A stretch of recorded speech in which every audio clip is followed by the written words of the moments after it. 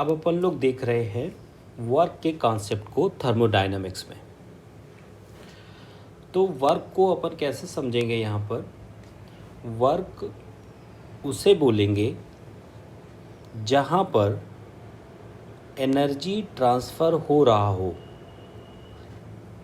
Other than temperature difference.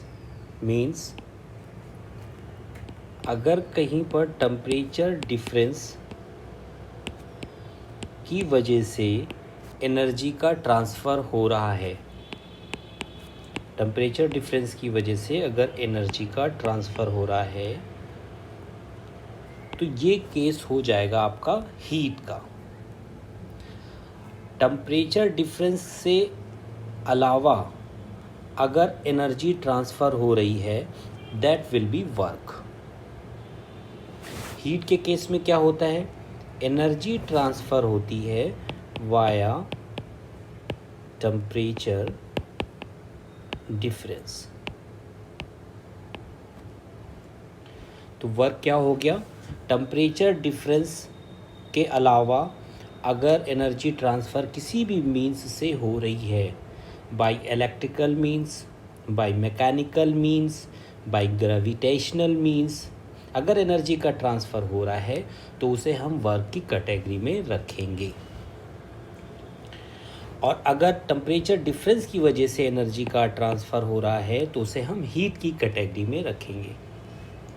अब work में जैसे इलेक्ट्रिकल वर्क, तो इलेक्ट्रिकल वर्क कोई टेम्परेचर डिफरेंस की वजह से नहीं हो रहा है, मूवमेंट ऑफ इलेक्ट्रॉन्स की वजह से हो रहा है, पोटेंशियल डिफरेंस की वजह से हो रहा है, जिसको हम क्यूवी से मेज़र करते।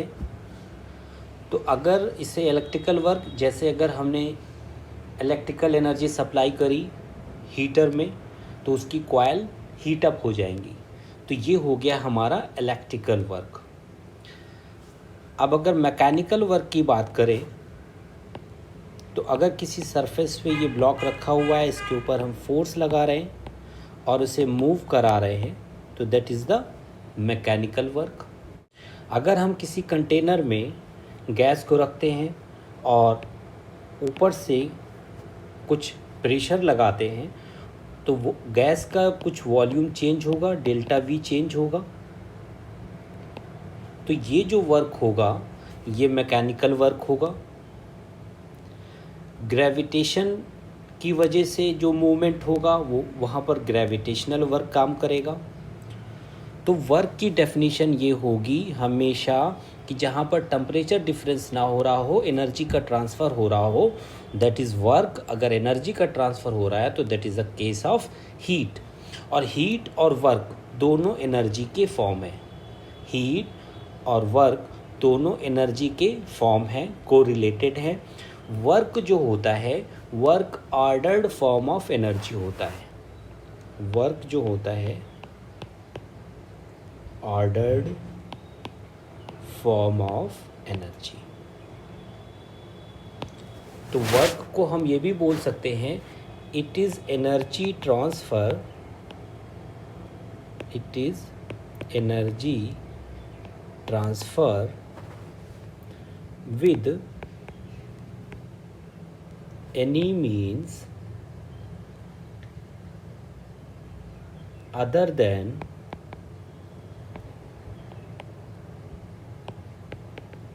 temperature difference। तो वर्क जो होगा वो ऑर्डर्ड फॉर्म ऑफ एनर्जी होगा। वर्क जो होगा वो ऑर्डर्ड फॉर्म ऑफ एनर्जी होगा। और हीट जो होगा, हीट होती है disordered form of energy.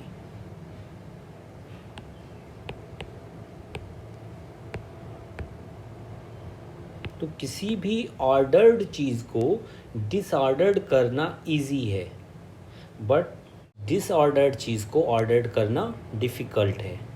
Means जो वर्क है, अगर हम वर्क को हीट में चेंज करें तो we can change it 100%। Near about work को हम हीट में कम्प्लीटली चेंज कर सकते हैं, बट अगर हम हीट को वर्क में चेंज करना चाहें तो कम्प्लीटली चेंज नहीं कर सकते। तो वर्क जो है ऑर्डर्ड फॉर्म ऑफ एनर्जी है, heat disordered form of energy है। Work energy transfer other than temperature difference, heat energy transfer via temperature difference. Okay, अब हम वर्क को कैटेगराइज करते हैं दो कैटेगरी में, एक PV work and second one is non PV work. PV work वो होगा जहाँ पर प्रेशर या वॉल्यूम के चेंज से सिस्टम में जो वर्क हो रहा होगा उसे हम अंडर पीवी वर्क प्लेस करेंगे। प्रेशर एंड वॉल्यूम के चेंज से जो वर्क हो रहा होगा उसे हम रखेंगे पीवी वर्क में। नॉन पीवी वर्क में जैसे भी हमने एग्जांपल दिया, इलेक्ट्रिकल वर्क, किसी हीटर की कॉइल्स को इलेक्ट्रिकल एनर्जी से हम हीट कर रहे हैं, that is electrical work. Mechanical work जैसे हमने अभी बताया कि अगर किसी हम ऑब्जेक्ट को फोर्स से पुश कर रहे हैं, डिस्प्लेस कर रहे हैं या एक्सेलरेशन दे रहे हैं तो जो वर्क होगा that will B mechanical work. और मैकेनिकल वर्क में अगर हम किसी गैस को कंटेनर में रख के अगर उसके ऊपर वॉल्यूम को चेंज कर रहे हैं, कंटेनर में गैस के वॉल्यूम को चेंज कर रहे हैं बाय एक्सटर्नल प्रेशर, तो वहाँ जो वर्क होगा वो भी मैकेनिकल वर्क की कैटेगरी में होगा। बट इस मैकेनिकल वर्क की कैटेगरी को हम पीवी वर्क में रखेंगे क्योंकि इसके अंदर प्रेशर और वॉल्यूम के चेंज की वजह से ये चेंजेस हो रहे हैं।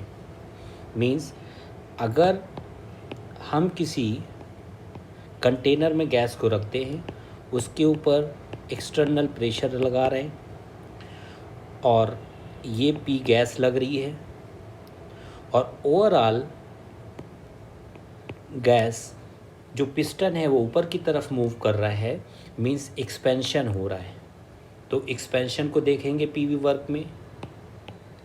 अगर किसी कंटेनर में गैस है, एक्सटर्नल प्रेशर अप्लाई कर रहे हैं, पी गैस अपोजिट डायरेक्शन में और नेट मूवमेंट जो हो रहा है पिस्टन का डाउनवर्ड है, गैस कंप्रेस्ड हो रही है, वॉल्यूम कम हो रहा है, तो ये कंप्रेशन हो गया।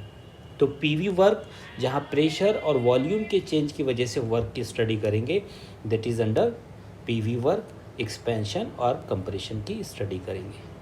तो हम यहाँ जो भी वर्क की स्टडी करेंगे उसे हम कंप्रेशन या एक्सपेंशन के टर्म में देखेंगे।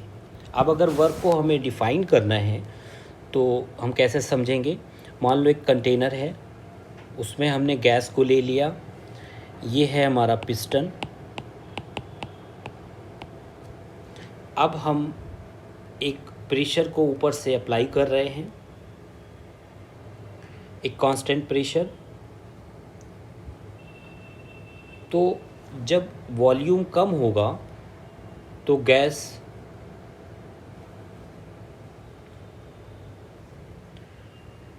क्या होगा, गैस का जो प्रेशर है वो कॉन्टिन्यूसली चेंज होता जाएगा।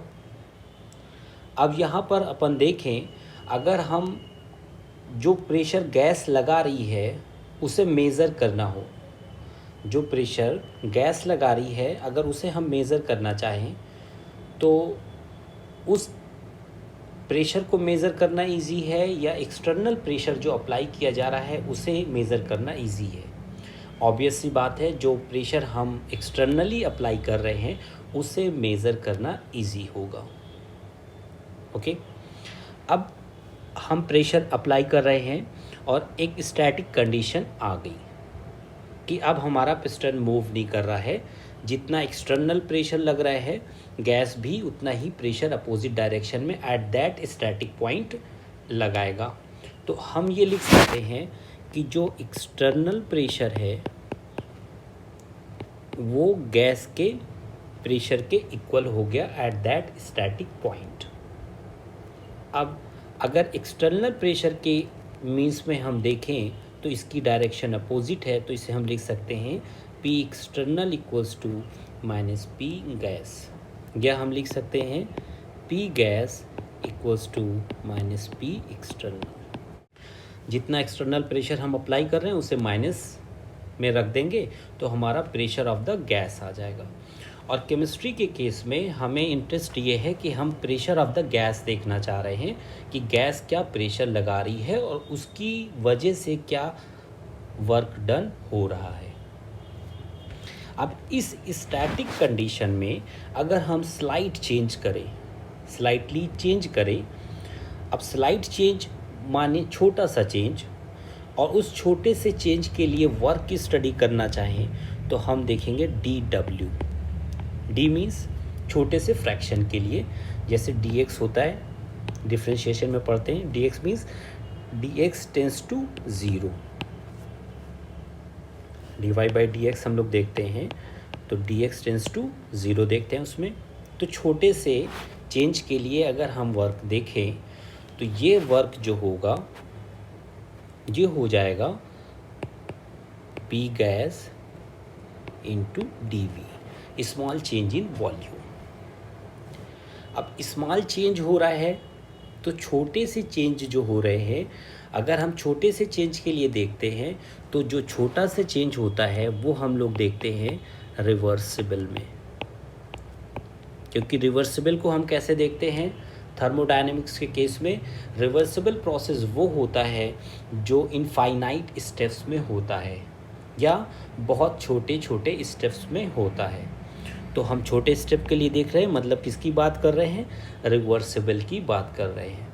तो DW equals to P gas dV। अब अगर P गैस को हम लिखना चाहें तो that is P external into dV लिख सकते हैं। तो ये आ गया DW minus P external into dV। अब अगर हमें कंप्लीट वर्क पता कर रहे हैं तो हम इन छोटे छोटे पार्ट को जोड़ देंगे, मीन्स इंटीग्रेशन कर देंगे, तो हमारे पास जो वर्क डन आ जाएगा that will be W equals to integration P external dV और लिमिट V1 से V2 तक। अब इंटीग्रेशन साइन आ गया, इंटीग्रेशन साइन आ गया मीन्स छोटे छोटे पार्ट को जोड़ रहे हैं, स्टेप्स में चेंजेस हो रहे हैं। तो ये प्रोसेस कैसा हो गया, रिवर्सिबल, यानी जहाँ पर भी इंटीग्रेशन का साइन आ जाएगा वो प्रोसेस कैसा देख रहे होंगे हम लोग, रिवर्सिबल प्रोसेस। तो यहाँ पर हमारे पास फॉर्मूला आ गया W equals to minus P external dV integration V1 से V2 तक। अब इंटरेस्टिंग बात यहाँ पर नोट डाउन करने वाली ये है कि केमिस्ट्री में हम इंटरेस्टेड हैं गैस में, गैस कितना प्रेशर लगा रही है, due to that work done कितना हो रहा है। तो जो P एक्सटर्नल हो रहा है उसके रिस्पेक्ट में हम निगेटिव साइन लेते हैं। तो केमिस्ट्री में हम निगेटिव साइन लेते हैं, बट फिज़िक्स के केस में हमारा वर्क हमेशा पॉजिटिव आता है। केमिस्ट्री के केस में हम रिवर्सिबल और इरिवर्सिबल की बात करते हैं, बट फिज़िक्स में हम इसकी बात नहीं करते। अब केस फर्स्ट हम लोग देख रहे हैं आइसोकोरिक प्रोसेस। आइसोकोरिक मीन्स क्या होता है, isochoric means V is constant. V constant means अगर कोई सिस्टम है और हमने उसमें गैस लिया हुआ है कंटेनर में और ये पिस्टन है और इस पिस्टन को हमने फिक्स कर दिया, तो इसे हम बोल देंगे dV tends to 0, means volume change नहीं हो रहा है। और इस सिस्टम के लिए अगर हम वर्क डन लिखेंगे that is minus integration P dV, तो dV 0 हो गया तो वर्क डन विल बी 0। तो work done will be 0 for the isochoric process. अब केस सेकेंड हम लोग देख रहे हैं isobaric. Isobaric means pressure is constant, pressure is constant not 0, pressure is constant. तो वर्क डन हमारे पास क्या होता है, W equals to minus integration P dV। अब P कांस्टेंट है तो P को हम लोग बाहर ले लेंगे, minus P integration dV limit V1 से V2। तो इसे हम राइट डाउन करेंगे minus P V2 minus V1। तो इसे हम लिख सकते हैं delta V minus P delta V। तो आइसोबारिक के केस में जहाँ पर प्रेशर कांस्टेंट होगा तो वर्क डन हमारा आ गया W equals to minus P delta V। अब वॉल्यूम आइसोबारिक के केस में हम देखेंगे, अगर वॉल्यूम चेंज हो रहा है V2 is greater than V1, तो हमारे पास P डेल्टा V में अगर V2 माइनस V1 हमारे पास पॉजिटिव आएगा तो positive minus plus minus negative, यानी वर्क डन कैसा हो जाएगा, W विल बी निगेटिव इस फॉर्मूले से। तो W निगेटिव हो जाएगा, वर्क डन निगेटिव हो जाएगा।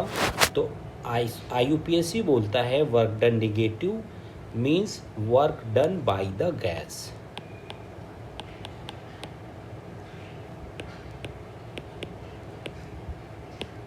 तो IUPAC रिकमेंड करता है कि work done by the gas will be negative. अब अगर V2 लेस देन V1 तो V2 माइनस V1 हमारे पास क्या आ जाएगा, V2 माइनस V1 निगेटिव आ जाएगा और वर्क डन हमारे पास आ जाएगा पॉजिटिव इस फॉर्मूले से। Work done positive means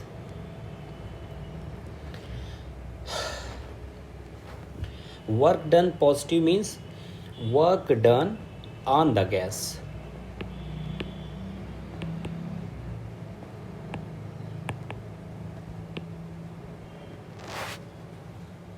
physics के केस में अपोजिट केस होता है। अब वर्क जो होता है, वर्क होता है पाथ फंक्शन, वर्क होता है पाथ फंक्शन। वर्क इस बात पे डिपेंड करता है कि हम उसको कैसे कर रहे हैं। मीन्स अगर हम किसी कंटेनर में गैस को लेते हैं और उसके ऊपर एक कांस्टेंट प्रेशर अप्लाई करते हैं, और अगर हम किसी गैस को कंटेनर में लेते हैं और उसके ऊपर जो प्रेशर होता है वो थोड़ा थोड़ा लगाते हैं। मीन्स अगर हम रिवर्सिबल का केस लेते हैं, reversible means very slow,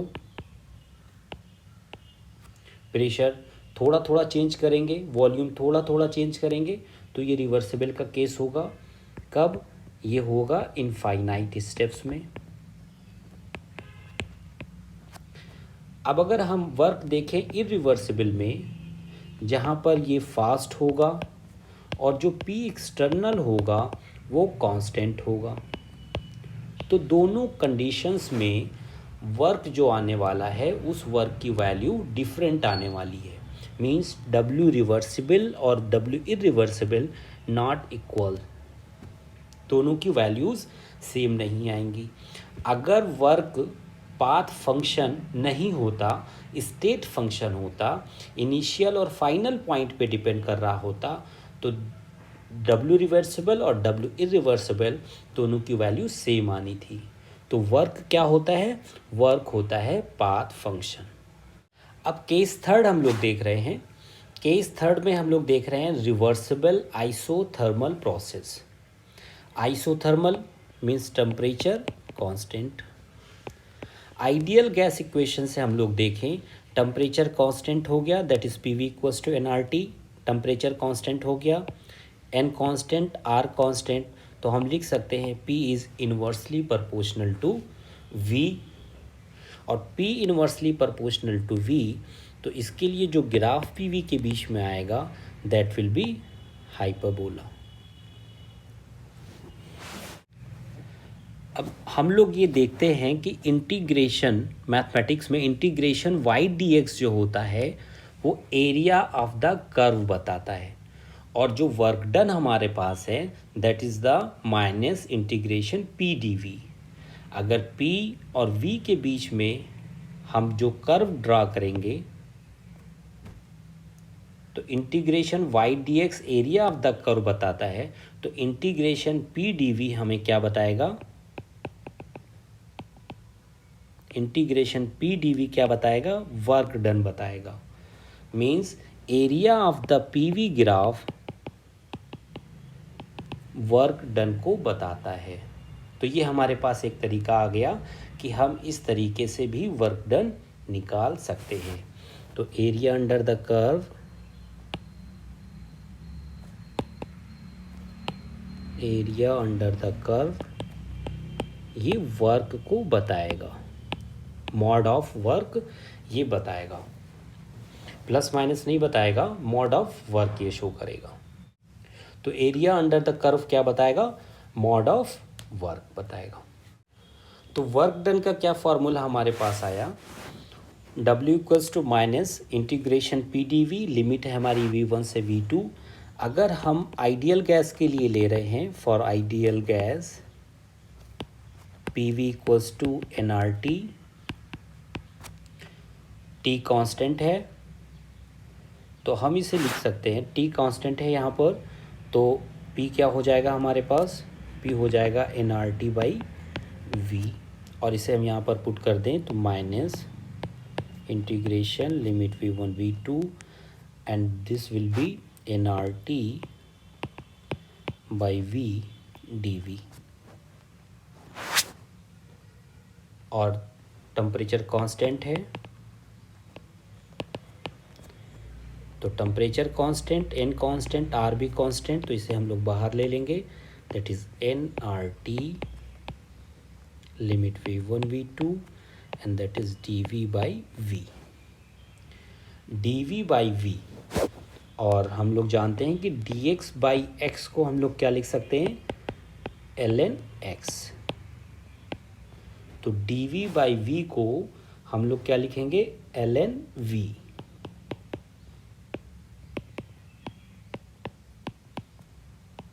ln V, तो इसे क्या लिख सकते हैं, minus nRT ln limit V1 से V2। तो इसे हम क्या लिखेंगे, minus nRT ln V2 by V1। तो हमारे पास आ गया W equals to minus nRT ln के टर्म में ln V2 बाई V1। अगर हम इसे लॉग के टर्म में चेंज करें तो that will B minus 2.303 nRT log base 10 V2 by V1। अब अगर हम आइडियल गैस इक्वेशन से PV इक्वल टू nRT से देखें तो ये कांस्टेंट हो गया, that is P1 V1 equals to P2 V2, तो P1 by P2 equals to V2 by V1। तो V2 बाई V1 की जगह हम P1 बाई P2 लिख सकते हैं, then that will be W equals to minus 2.303 nRT log base 10 P1 by P2। अब इसमें भी हमें दो केस देखने होंगे, दैट इज द अगर V2 is greater than V1, तो इस फॉर्मूले से हम लोग चेकआउट करें V2 is greater than V1, तो ये क्वांटिटी हमारी V2 पॉजिटिव हो जाएगी, पॉजिटिव माइनस पॉजिटिव और माइनस यहाँ पर है तो निगेटिव हो जाएगी, तो work done will be negative. Work done negative आ रहा है means work done by the gas.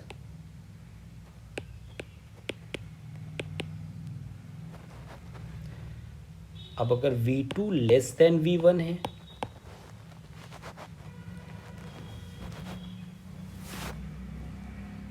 V2 less than V1 है, तो यहाँ पर क्या आ जाएगा, ये निगेटिव आ जाएगा, निगेटिव निगेटिव पॉजिटिव, तो वर्क डन यहाँ पर आ जाएगा positive, work done on the gas.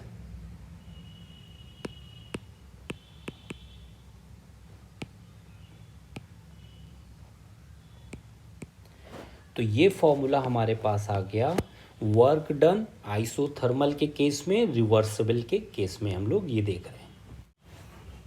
तो इंटीग्रेशन टर्म कहीं पर भी आ रहा होगा मीन्स बहुत सारे स्टेप्स को जोड़ के हम कर रहे हैं, तो that will B reversible process.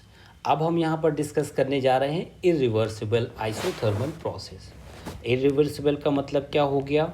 Means definite steps में हो रहा है प्रोसेस, डेफिनिट स्टेप्स में प्रोसेस हो रहा है, और जो प्रेशर उसके ऊपर हम अप्लाई कर रहे हैं अगेंस्ट एक्सटर्नल प्रेशर जो होगा हमारे पास वो कांस्टेंट होगा।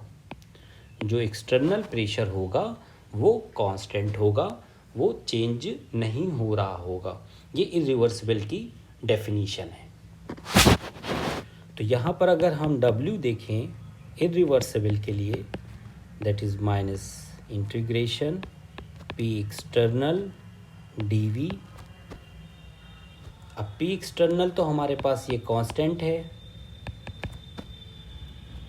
तो इसे हम बाहर ले लें। P एक्सटर्नल dV का इंटीग्रेशन V1 से V2, तो ये हो जाएगा डेल्टा V।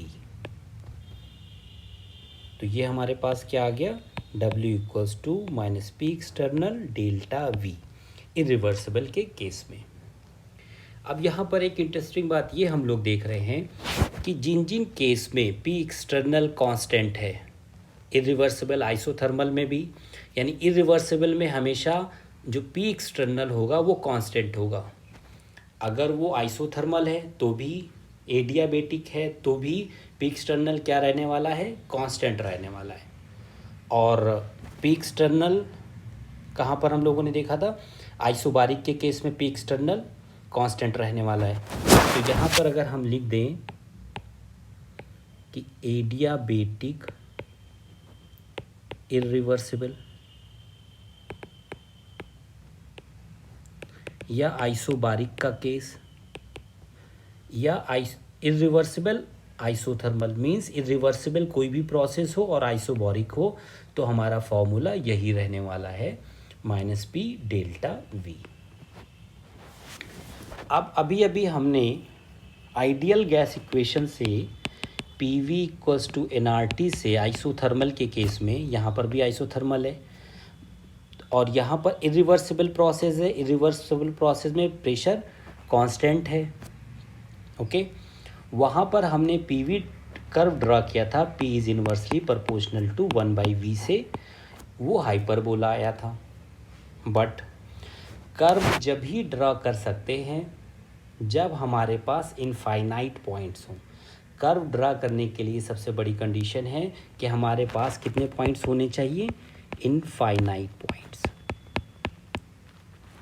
और ये जो इरिवर्सिबल प्रोसेस होता है वो डेफिनिट स्टेप्स में होता है, डेफिनिट पॉइंट्स हमें मिलेंगे। तो इसके लिए PV कर्व ड्रा नहीं कर सकते हैं इरिवर्सिबल आइसोथर्मल प्रोसेस के लिए, क्योंकि कर्व के लिए हमें इनफाइनाइट पॉइंट चाहिए और इनफाइनाइट पॉइंट्स की कंडीशन रिवर्सिबल प्रोसेस कंप्लीट करता है। तो PV कर्व हम वहाँ पर देख सकते हैं, इरिवर्सिबल आइसोथर्मल प्रोसेस में हम इसे नहीं देख सकते। ओके, अब जो कॉन्सेप्ट हमने देखा उन कॉन्सेप्ट को, अब जो कॉन्सेप्ट्स हमने देखे, अब उन कॉन्सेप्ट्स को क्वेश्चन में कैसे अप्लाई करेंगे हम लोग इसे चेकआउट करते हैं। तो कोई भी क्वेश्चन दिया हुआ है तो सबसे पहले तो हमें ये आइडेंटिफाई करना है कि प्रोसेस किस तरह का है, आइसोथर्मल है, आइसोबारिक है। अब यहाँ पर हम देखते हैं 2 mole of an ideal gas expanded reversibly, okay, from 1 litre to 10 litre at 2 to 7 degree centigrade. तो यहाँ पर टेम्परेचर 2 to 7 डिग्री सेंटीग्रेड दिया हुआ है। जब एक टेम्परेचर दिया हुआ है क्वेश्चन में, मीन्स टेम्परेचर कांस्टेंट, मीन्स ये आइसोथर्मल का केस है। ओके, तो जब एक ही टेम्परेचर दिया हुआ हो तो वहाँ पर टेम्परेचर कांस्टेंट कहने की कोई रिक्वायरमेंट नहीं होगी, और ये रिवर्सिबल प्रोसेस है आइसोथर्मल। तो इस क्वेश्चन में हम किसकी बात कर रहे हैं? आइसोथर्मल रिवर्सिबल की। तो हमारा कौन सा फॉर्मूला यूज़ होने वाला है यहाँ पर?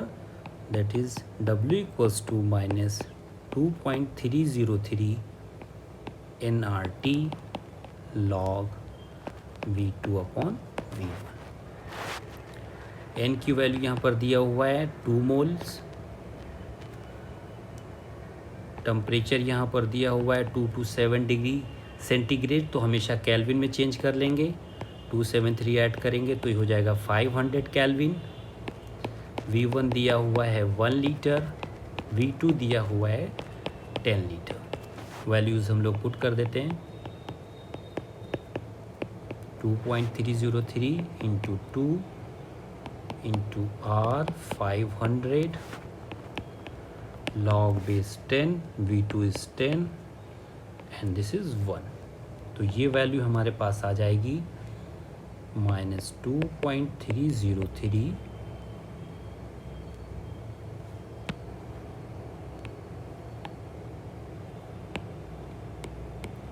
तो ये वैल्यू हमारे पास आ जाएगी -2303 R। ये हो जाएगा log base 10, ये log 10 1 हो जाएगा और ये हो जाएगा 2303 R। अब जब हम वर्क डन इस तरह के क्वेश्चन में कर रहे होंगे तो हमें ये चेकआउट करना है कि वर्क डन हमें किस यूनिट में पूछा है। मीन्स अगर वर्क डन हमें पूछा हुआ है कैलोरी में, आंसर अगर दिया हुआ है, और अगर आंसर दिया हुआ है जूल में, अगर कैलोरी में आंसर दिया हुआ है तो जो R की वैल्यू हम पुट करेंगे दैट विल बी 2 कैलोरी पर मोल पर केल्विन रखेंगे, अगर कैलोरी के टर्म में आंसर हमें पूछा हुआ है। अगर जूल के टर्म में अगर हमें पूछा हुआ है तो R की जो वैल्यू हम लोग रखेंगे दैट विल बी 8.314 जूल पर मोल पर। ये ध्यान रखेंगे कि आंसर किस यूनिट में पूछा है, अकॉर्डिंग टू दैट हम R की वैल्यू पुट करेंगे।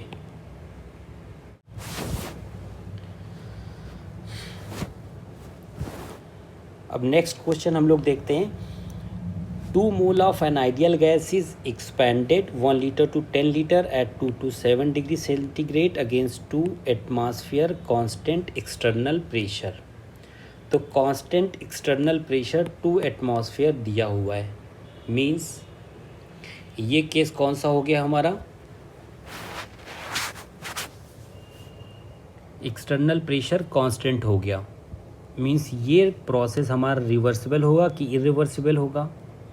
तो ये प्रोसेस हमारा कैसा होगा, ये प्रोसेस हो जाएगा इरिवर्सिबल। रिवर्सिबल के केस में क्या होता है, रिवर्सिबल के एक्सटर्नल प्रेशर कांस्टेंट नहीं होता है, चेंज होता है। ठीक है ना। तो एक्सटर्नल प्रेशर कांस्टेंट है तो यहाँ से क्या आइडिया हमारे पास आ गया कि ये इरिवर्सिबल का केस है, फर्स्ट वन। अब टेम्परेचर, सिर्फ एक टेम्परेचर दिया हुआ है, मीन्स केस कौन सा है हमारे पास, आइसोथर्मल। तो फॉर्मूला आइसोथर्मल इरिवर्सिबल के केस में कौन सा यूज़ होने वाला है, W = P डेल्टा V। तो P एक्सटर्नल हमारे पास और V2 - V1। तो P एक्सटर्नल कितना है, -2 एटमॉस्फेयर 10 लीटर -1 लीटर। तो ये वैल्यू हमारे पास कितनी आ जाएगी,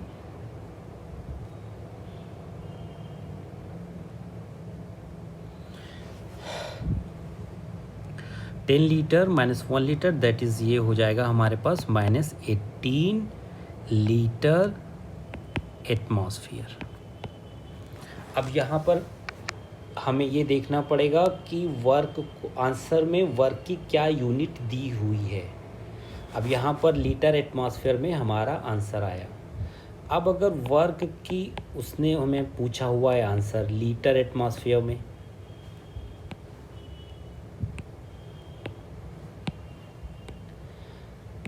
अब अगर उसने पूछा हुआ है वर्क का आंसर लीटर एटमॉस्फेयर में तो एज इट इज़ लिख देंगे।